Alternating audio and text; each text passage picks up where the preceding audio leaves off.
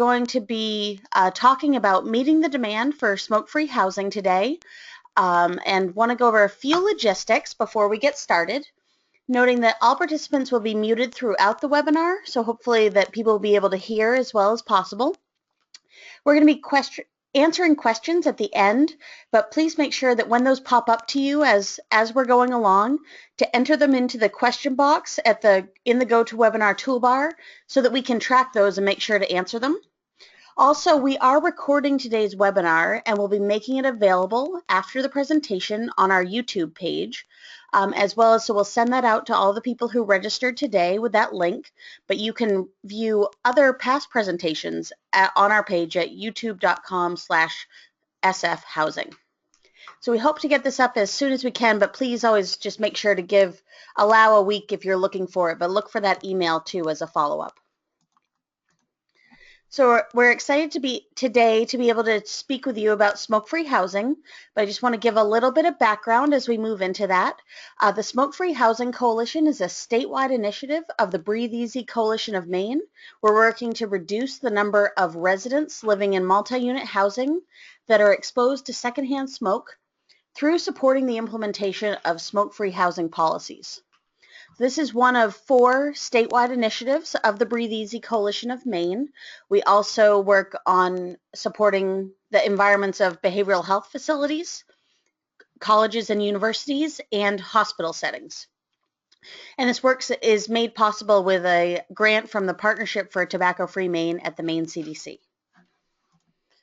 So to kick this off, I want to start with how we can help you, and then we're going to wrap back up with that when we talk on the latter half of the webinar. But the reason we're providing this training today is to really talk about the resources that are available and give you the case for smoke-free housing.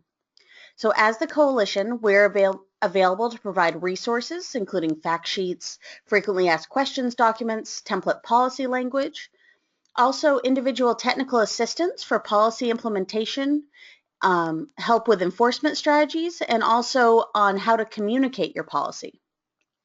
We can provide presentations to landlord groups to help with your staff or board or with your residents on smoke-free housing. And also have free materials, including signage, available on our website at smokefreeforme.org/order-free-materials. So we want just for you to be thinking that as we talk about the case for smoke-free housing, that you're not alone in doing this, that there are a lot of resources available to help you with this implementation. So to start out, we want to talk about where we're at with smoke-free housing in Maine. What's the current state of that? And so we're going to begin with a short video from some of our smoke-free housing implementers across the state talking about this.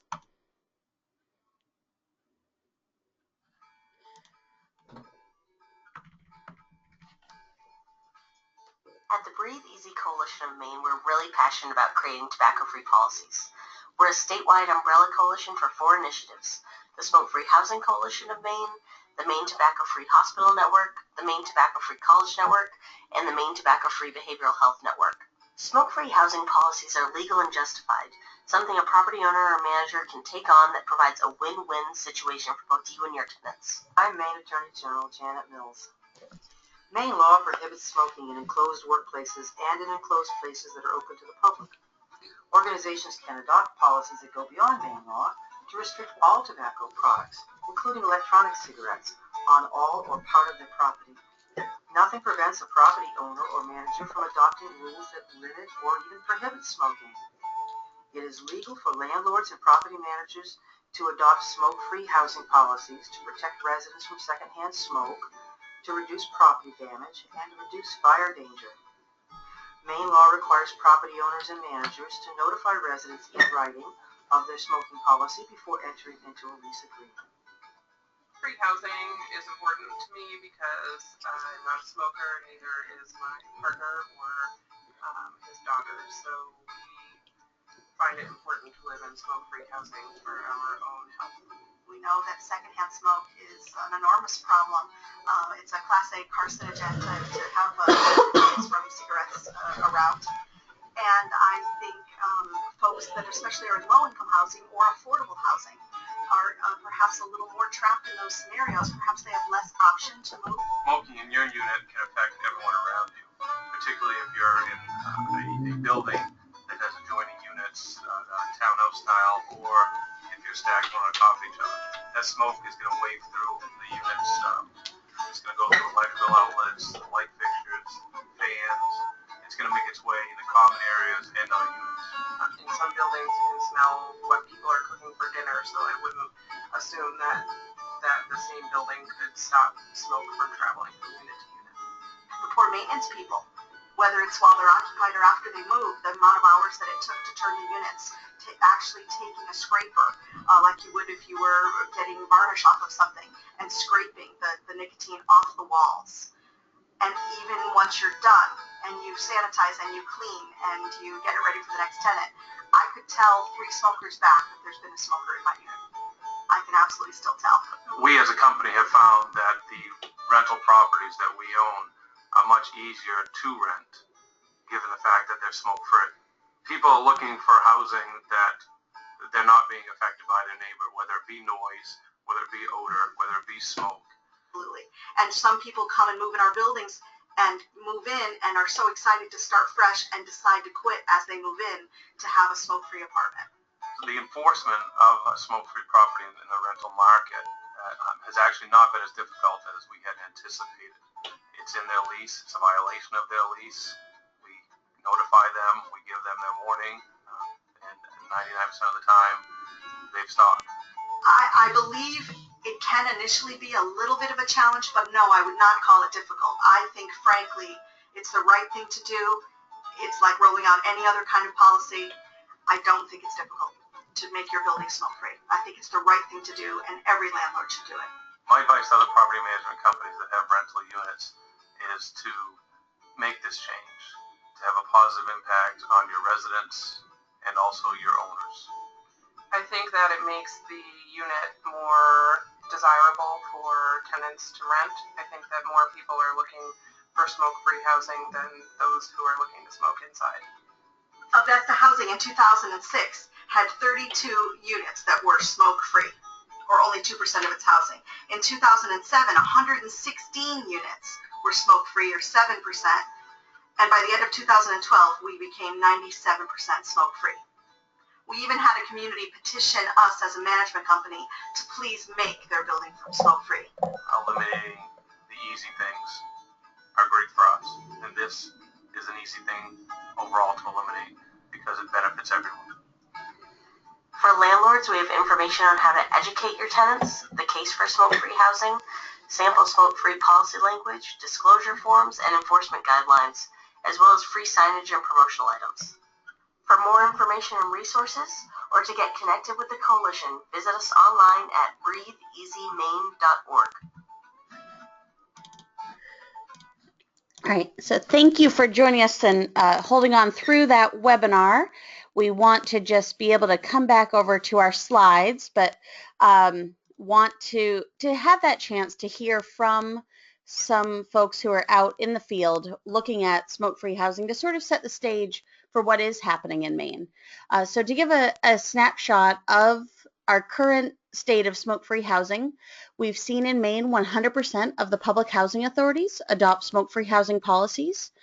And now with an evaluation we conducted in 2014, we had 65% of landlords surveyed report that they have at least one 100% smoke-free building. And this is a great increase from 45% in 2011. So the shift is really happening to a smoke-free social norm in multi-unit housing in Maine. Some additional norm changes for smoke-free housing in Maine, and then we'll get into the case as to why all of this is happening, are around some supports for this implementation. First, the Maine Housing Qualified Allocation Plan, or Low-Income Housing Tax Credit Program, has set into place a smoke-free housing policy threshold requirement, first putting that into place in 2012 for accessing those funds after a few years of having a 1-point incentive. On Maine Housing Search, which is a great resource for landlords and for prospective residents, looking for housing, there's a smoke-free policy designation, so your residents can search by smoke-free policy status to find your units. And also you can post them that way, so you're making sure that you're getting tenants who are looking for the same pieces. And that's a free resource available to all Maine landlords. And also, as the Attorney General Janet Mills mentioned in our video, in 2011, Maine adopted a secondhand smoke policy disclosure law, requesting that landlords put in writing before a tenant signs into a lease what the smoking policy is for the building. This does not require you to go smoke-free, but requires for you to disclose whether or not you allow smoking in the entire building, in some areas, outdoors anywhere, or in certain areas, or if it's a smoke-free property. So it's really important to put that language into writing, which is helpful when we get into the topic of enforcing policies, but an opportunity for you to be educating and talking to residents about that. And we have some template forms that are available to support your efforts. So addressing the demand. What is the case for smoke-free housing? Why are we seeing this big shift? And we're really lucky to see that there's a comprehensive case for change. Here's a quick visual of sort of that cost of smoke-free housing and opportunity that it provides, built that is on an infographic that we have available. But really looking that this is a win-win opportunity for landlords and for residents. That we're looking at cost savings, fire safety and property damage reduction, as well as reducing exposure to secondhand smoke. So we're going to go a little bit further into depth on some of these pieces right now. So the key factors for adopting smoke-free housing policies, as I mentioned, there's a multitude of factors that really can come into play. We talk about the health components, the cost savings, tenant preference, as well as safety. So starting out with the cost, what you need to know. This is a graphic that we conducted a few years ago across New England, reaching out and getting information from subsidized housing facilities and housing authorities, understanding what the cost was to rehabilitate a unit when smoking was allowed versus when it wasn't, and really seeing how across the board expenses are higher when you allow smoking in a unit. And we're going to get into some of the specifics as to why further down the road. But when we look at general cleaning, painting, replacing flooring, appliances, ventilation systems, it really can add up to the point where it can be 5 to 10 times more expensive to turn over a unit when smoking is allowed. So it's one of the key reasons why we're seeing a lot of landlords adopt these policies. So as I mentioned, it can be much more expensive to turn over units when smoking is allowed. It can also take a lot more time that unit has to be vacant, that you're updating or renovating. And some of the images at the bottom of this slide sort of show some of those reasons. We're seeing the smoke residue that sticks to walls that needs special paint and cleaning and primers. In the middle here is sort of a scary graphic thinking about the fire danger and that risk of property damage. And on the far right, the image of smoke burns or ashes that have fallen on the ground on a rug. So really there's an opportunity here to reduce these costs just by asking your residents to not smoke within the building. We're also seeing across the country and here in Maine some insurance companies that are beginning to award discounts as a component of the fire casualty plan for being smoke-free. So if you adopt a policy, it's something definitely to look into. We're also seeing related to that different programs that are being put in, such as at the City of Portland with their Housing Safety Office. If you're going to register your units, you can get a discount for being smoke-free, understanding how there's that clear relationship and it can lead to cost savings. So it's really great to save money, but how does that relate to having the tenants in your building, right? We want to make sure that we're having these policies that are going to be implemented and are going to have high rates of compliance. But it's also really important to know that tenants are seeking these out. Tenants would prefer to live in a smoke-free environment. Related to that survey that I discussed about when we found that 65% of landlords reported having at least one 100% smoke-free building, We also surveyed residents from across the state of Maine living in multi-unit housing and asking them, all things being equal, 77% or nearly 8 out of 10 would prefer to live in a smoke-free rental house or apartment over a place that allowed smoking. So we know that there really is still a supply and demand issue, right? If we're looking at 65% of landlords reporting having at least a smoke-free building, and nearly 80% of tenants would prefer to live in a smoke-free environment. So it's a great way to make your unit stand out and have an opportunity to have happier residents and hopefully reduce headaches, as well as creating a healthier and safer building. Related to the safety of the building, we hit on a little bit with the cost and that image of the mattress about the fire risk. But it's really important to know that smoking is the leading cause of residential fire death in the United States. So it's something that oftentimes people are very close to the cigarette when it's maybe they fall asleep, or it can hit on something that is that's flammable if it's dropped in the unit. And we know that this is really preventable by getting people to take it outside and not smoke in those units.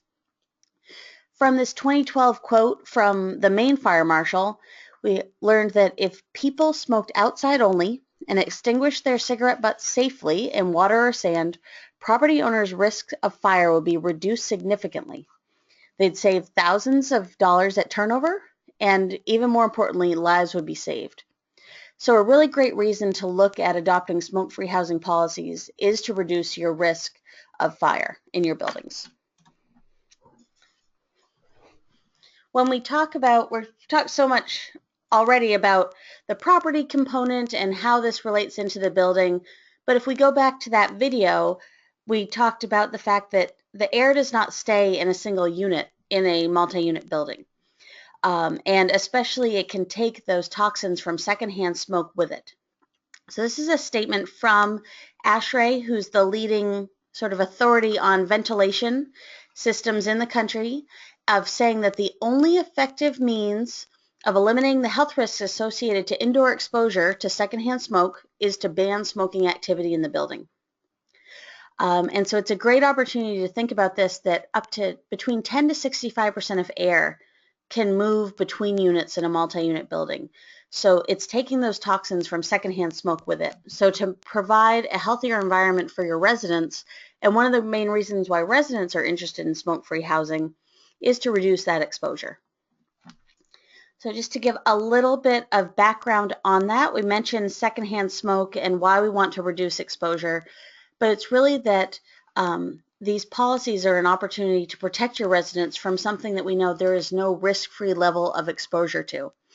The Surgeon General has come out with multiple reports about the dangers of secondhand smoke, and we know that there are more than 7,000 chemicals in secondhand smoke, and of those toxins, more than 50 of them are proven human carcinogens, so can cause cancer in humans. So by the fact that we talk about that 65% of air up to being able to move between units, it's moving those pesky toxins with it. So a great opportunity to ask people to take their smoking activity outside if they choose to smoke is to protect your building in all of these different ways. And an emerging issue related to that is this continuation of secondhand smoke, thirdhand smoke, which is a term that was coined in 2009 in a journal article of the journal Pediatrics, of being a way to understand this residual tobacco smoke contamination that remains after active smoking has ceased. So after the active secondhand smoke is gone, the lingering residue that remains, that oftentimes is what we're seeing as that yellowing on the walls and that stale odor that exists, there are toxins that remain in that, and that can be especially harmful to infants, children, and non-smoking adults.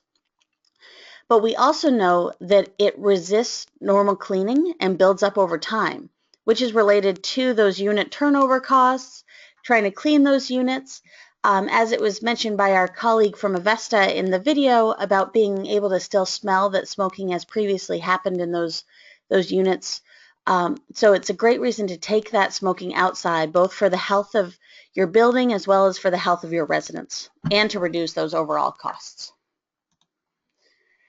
I'm going to turn it over to Tina now that we've had the chance to talk about the background of why to adopt smoke-free policies, to really get to the heart of this, to talk about how to actually implement that.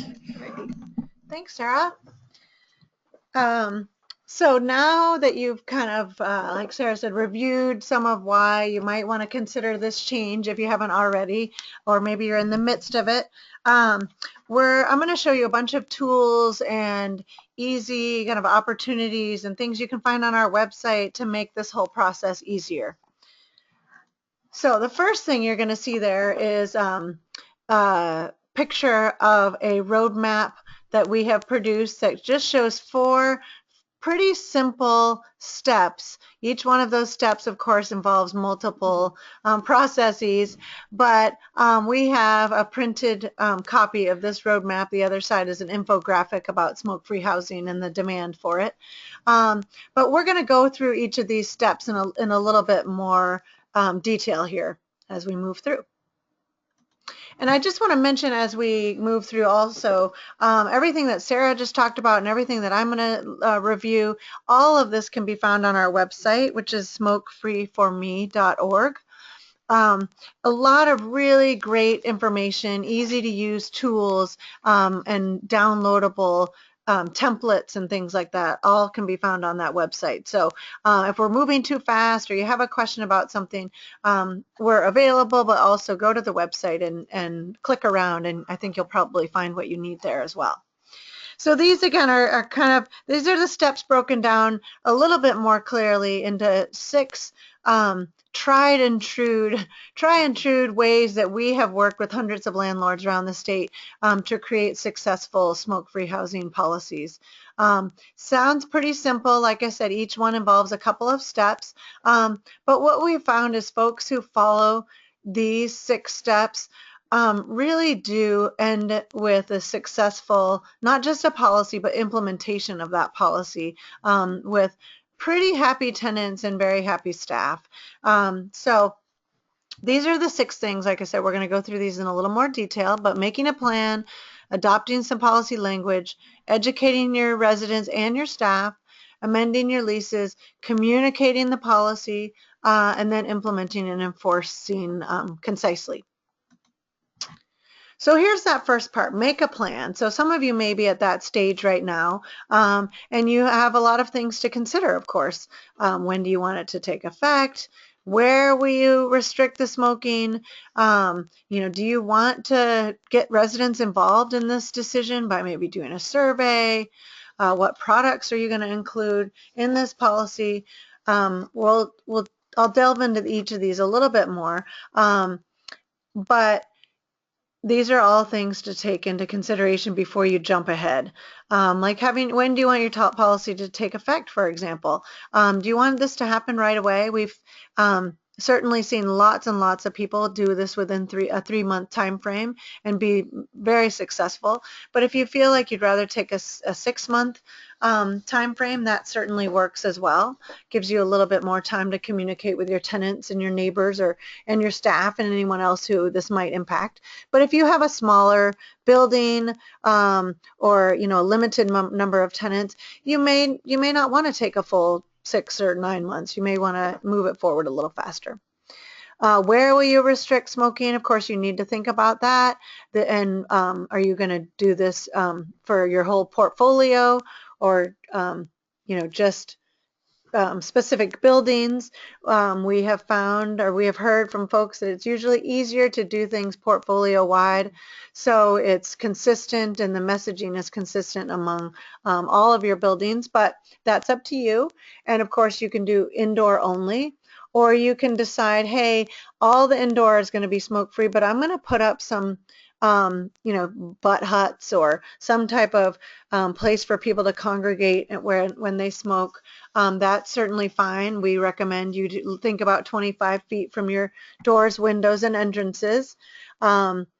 so the building is truly smoke free and the smoke isn't wafting back into your building. Or you're going to do your whole property, which is what we consider like 100% campus, that you would have. There would be no smoking allowed anywhere on your property. All of these things are perfectly legal and within your right. So things to consider. And then again, do you want to engage your residents? We have survey samples that can be downloaded from our website. They're very simple, easy types of surveys. Or if you really already made the decision, do you want to just go ahead and do it and really just do more informing of your residents? That doesn't mean you can't engage them in meetings or other things where they can voice their concerns or input. But it's another thing for you to consider when you're moving forward. And then also we're going to talk here in a minute about what other products you might want to consider putting into your policy. Two things quickly that we want you to consider. Obviously, you need to review your lease requirements about how, do you need to give a 60-day notice, a 30-day notice, a 3-month notice. Normally that's not the case, but and then the other thing is grandfathering. In the past, probably up until about 4 or 5 years ago, a lot of folks did a grandfathering where as tenants move out, that particular unit became smoke free. We no longer recommend that because only the people whose units are smoke free, you can't call it a smoke-free building because there's still smoking allowed. And also the people who think they're moving in to a smoke-free building because their unit is smoke-free, it's actually not the case because their neighbor right next to them might be smoking. So what we have found and heard from landlords around the state is that grandfathering generally makes everyone unhappy as opposed to just some people happy. So we recommend staying away from that. Things to consider because this is kind of a new age right now with marijuana and with e-cigarettes and other products coming onto the scene. You do want to just consider some of these products. I'm not going to go into any of these in a lot of depth, but what we want you to know is that it is perfectly within your right to prohibit these devices and these substances from your properties. So if you decide that you don't want, marijuana of course is illegal. It is illegal in the state of Maine and it is illegal by federal law, but medical marijuana is legal for people with certificates. So, but if you as a property owner do not want medical marijuana in your buildings, you may prohibit that.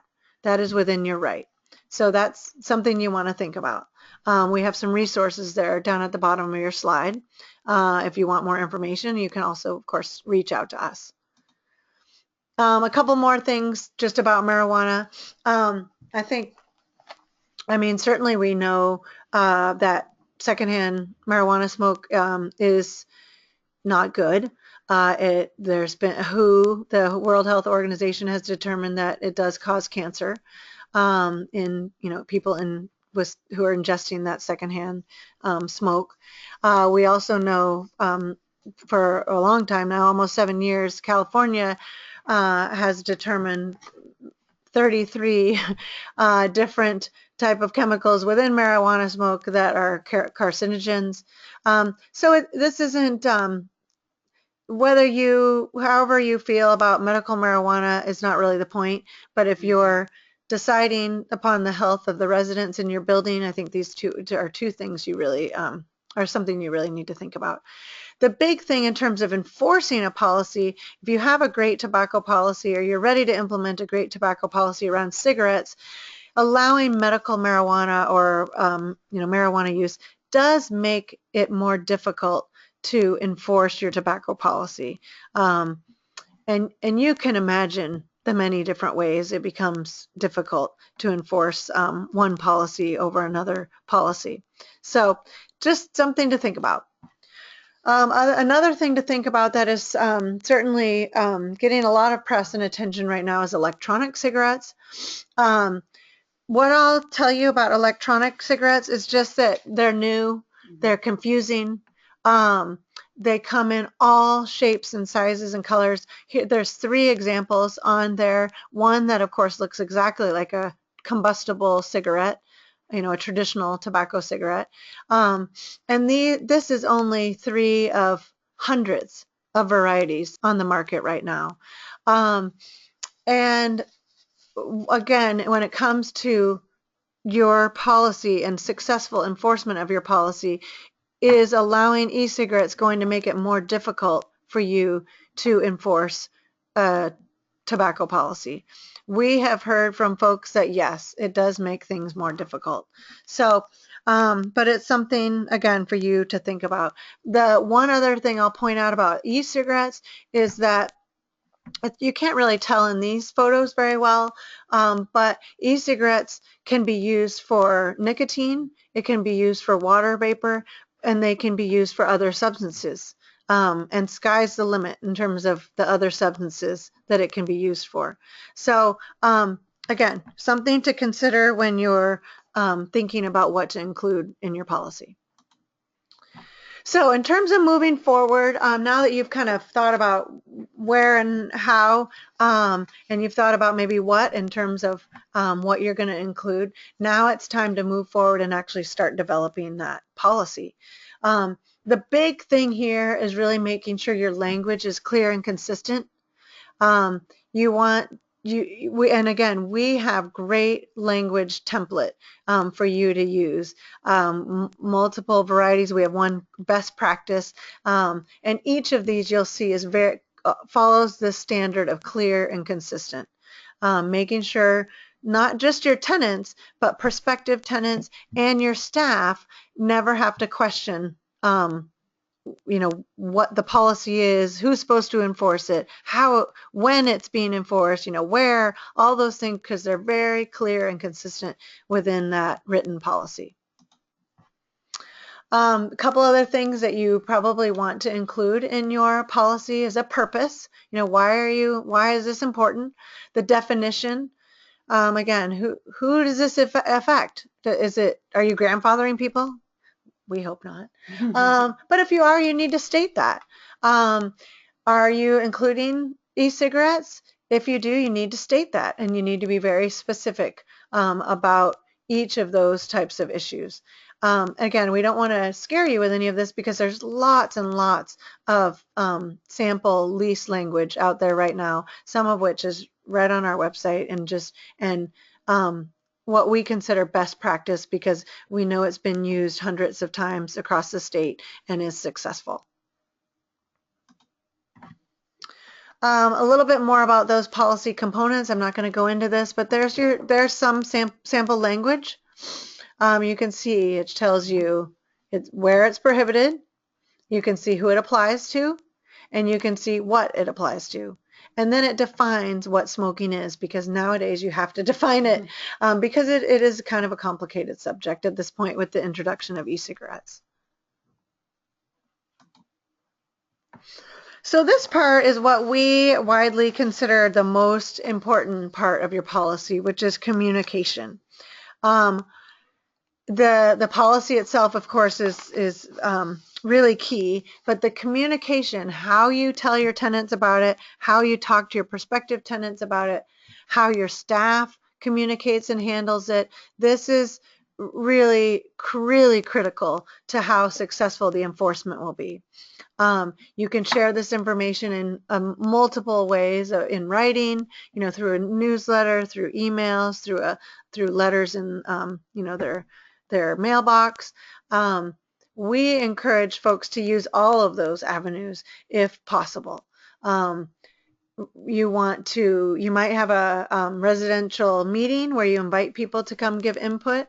You don't have to do that type of thing, but especially if you're in a larger property, it's sometimes nice for tenants to feel like they're being heard and their voices being heard, and they are able to give input and get their questions answered.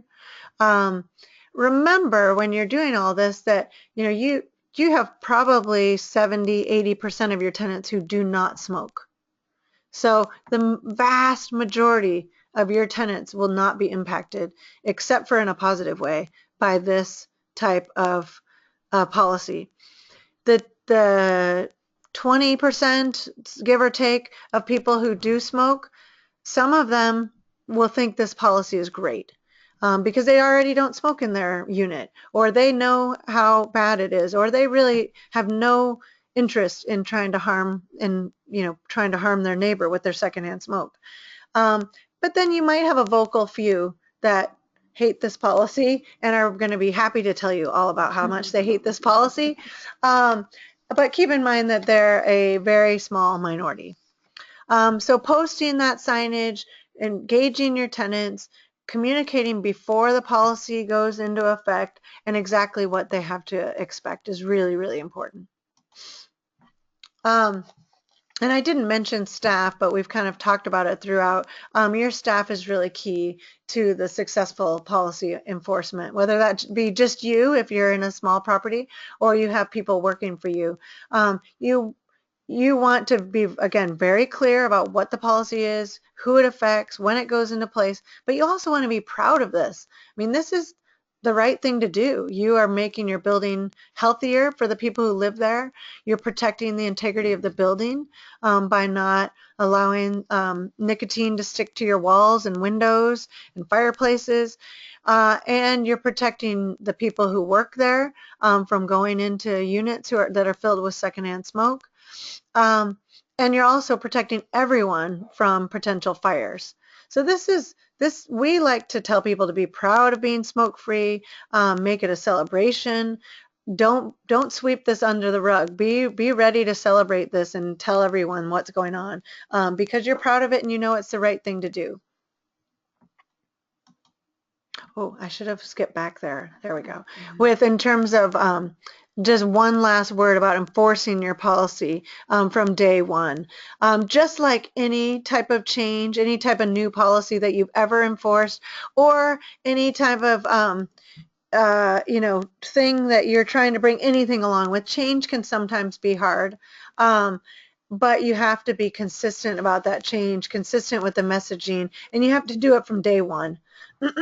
So if your policy says the first warning is written, then the first warning needs to be written, not just verbal. You need to, just try to stay consistent with that policy enforcement and with the messaging. And then we want to move on to a couple of the tools and resources. I've mentioned some. I think the biggest resource we have is certainly our website. And like I mentioned, everything is on our website. So you can find all of these pictures and all the things that you're seeing pictures of somewhere on our website. If you can't find it, we're going to give you our contact information to be able to email us. But free signage, window clings, sample, like we mentioned, sample smoke-free lease addendums, policy language, lots of fact sheets in different languages for you to give your tenants, neighbors, general public, implementation enforcement tips, and then free technical assistance too, via email, in person, over the phone. We are available to walk you through your policy adoption. You also have community resources besides Breathe Easy Coalition, which is statewide, and we're helping people all around the state. You also have local your Healthy Maine Partnership. And if you don't know who that is, we'll be happy to direct you to that resource. Your tenants, some tenants are going to want to quit when this type of policy goes into effect. That's a bonus of this type of policy, is it makes people want to quit. And there's a great Maine Tobacco Helpline. The phone number is right there on your screen. They also have free resources to give out to tenants, post in your common areas, things like that. They also have a online version of their helpline. So lots of great resources if people are interested to quit. The Maine CDC also has a great website based on healthy homes, which you can see a screenshot there at the bottom, that has some secondhand smoke information, but also other types of healthy home issues that may be interest of you and your tenants.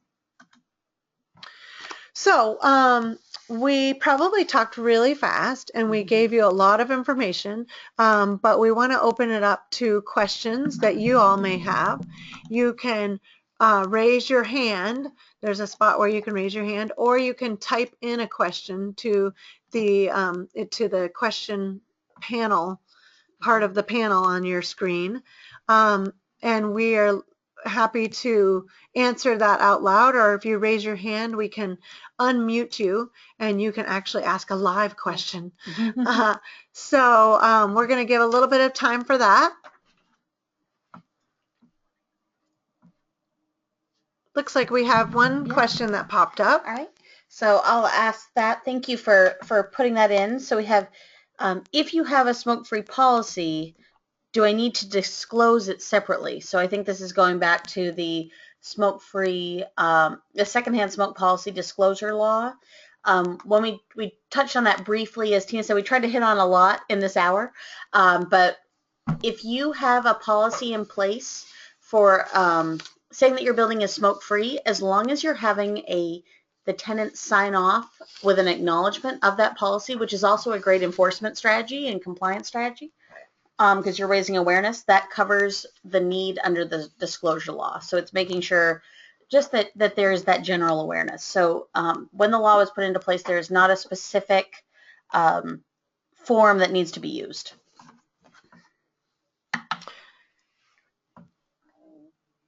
Here's another one. Oh, this is a good one. Does Section 8 housing have to be, oh, sorry, another question popped up as I was reading this one. Does Section 8 housing, is it required to be smoke-free? That's Sarah, do you want to answer that? Sure, I'd be happy to. That's a great question, and one that we get frequently about the different types of housing. There's no current requirement that requires any form of housing to be smoke-free by law. There's just around disclosing. As people may have seen in the news, we're currently seeing some potential of the U.S. Department of Housing and Urban Development adopting a requirement for public housing authorities to go smoke-free, which all of them in Maine have already adopted that. For Section 8 or the Housing Choice Voucher Program housing, there is no requirement for them to be smoke-free. There are a couple of notices from HUD encouraging and supporting based upon the same general case we made for smoke-free housing earlier. But they're not required to be smoke-free, but we're seeing a large number of them in Maine adopting those policies. You have anything to add to that, Tina? Or no, I think that's great. Yeah. We have another question about common areas. Are they required to be smoke-free? And the answer to that is yes. Our current state law does require all common areas to be smoke-free.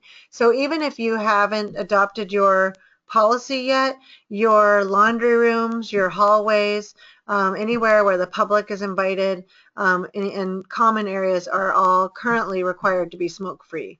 So that should either already be in your policies, or you should certainly have that as part of your new policy.